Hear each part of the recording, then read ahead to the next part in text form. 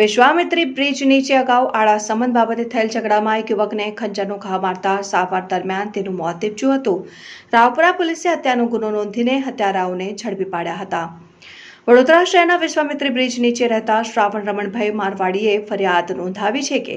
મારી પત્ની શોભના સાથે નજીકમાં રહેતા મંગળ ઉર્ફે સત્યમ ધનજીભાઈ ભીલ મારવાડી રહેઠાણ સુભાષનગર 1 વિશ્વામિત્રી બ્રિજ નીચે વડોદરા શહેર સાથે આશરે 1.5 વર્ષ અગાઉ આડો સંબંધ હોય છે તે વખતે અમે અમારા સમાજના માણસોને ભેગા કરી સમાધાન કરી લીધું હતું। 19 ઓગસ્ટના રોજ સાંજના આશરે 6:30 વાગે મંગળ ઉર્ફે સત્યમ મારા ઘરે નજીકમાં આવીને બેઠો હતો અને તે મારા પર તરફ વારે ઘડીએ જોયા કરતો હતો, જેથી મેં મારા વિજયભાઈને બોલાવી કહ્યું કે મંગળ સાથે સમાધાન થયું હોવા છતાં પણ 2-3 દિવસથી આપણા ઘર પાસે આવતો જતો હતો અને આજે પણ ઘર પાસે નજીકમાં બેઠો છે, જેથી મારો ભાઈ વિજય આવ્યો હતો અને મંગળ ઉર્ફે સત્યમને મળી વાત કરવા મંગળ ઉર્ફે સત્યમ ત્યાંથી નીકળી ગયો હતો। બાદમાં હું મારા ઘરે હાજર હતો તે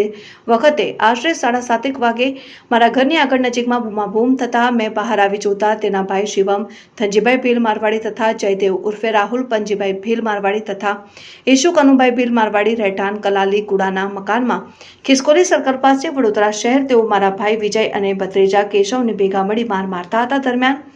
શિવમ ધનજીભાઈ ભીલ મારવાડીએ ખંજર મારા ભત્રીજા કેશવને છાતીમાં ઉપરા છાપરી ઘા માર્યા હતા અને મારો ભાઈ વિજય વચ્ચે પડતા શિવમે તેને ખંજરથી હુમલો કર્યો હતો। મંગળ ઉર્ફે સત્યમે મારા ઉપર પણ ધાર્યો હુમલો કર્યો હતો, પરંતુ મેં ખસી જતા મંગળ ઉર્ફે સત્યમે મારા ભાઈ વિજય પર ધાર્યા અને અશોકભાઈને ઈશુ કનુભાઈ મારવાડી જયદેવે મને મારા ભાઈ અશોક અને વિજયભાઈને લાકડાના દંડાના સપાટા માર્યા હતા। દરમિયાન માણસો ભેગા મળીને અમને છોડાવી મારા ભત્રીજા કેશવ અને વિજયભાઈને લોહી લુહાણ હાલતમાં એસએસસી હોસ્પિટલમાં લઈને આવ્યા, જ્યાં ડોક્ટરે સારવાર દરમિયાન ભત્રીજા કેશવ ઉર્ફે બબુ વિજયભાઈ મારવાડીને મરણ જાહેર કર્યો હતો। રાવપુરા પોલીસે હત્યાનો ગુનો નોંધી મંગલ ઉર્ફે સત્યમ ઈસુ મારવાડી જયદેવ સહિત 9 જણાને ઝડપી પાડીને કાયદેસરની કાર્યવાહી હાથ ધરી હતી।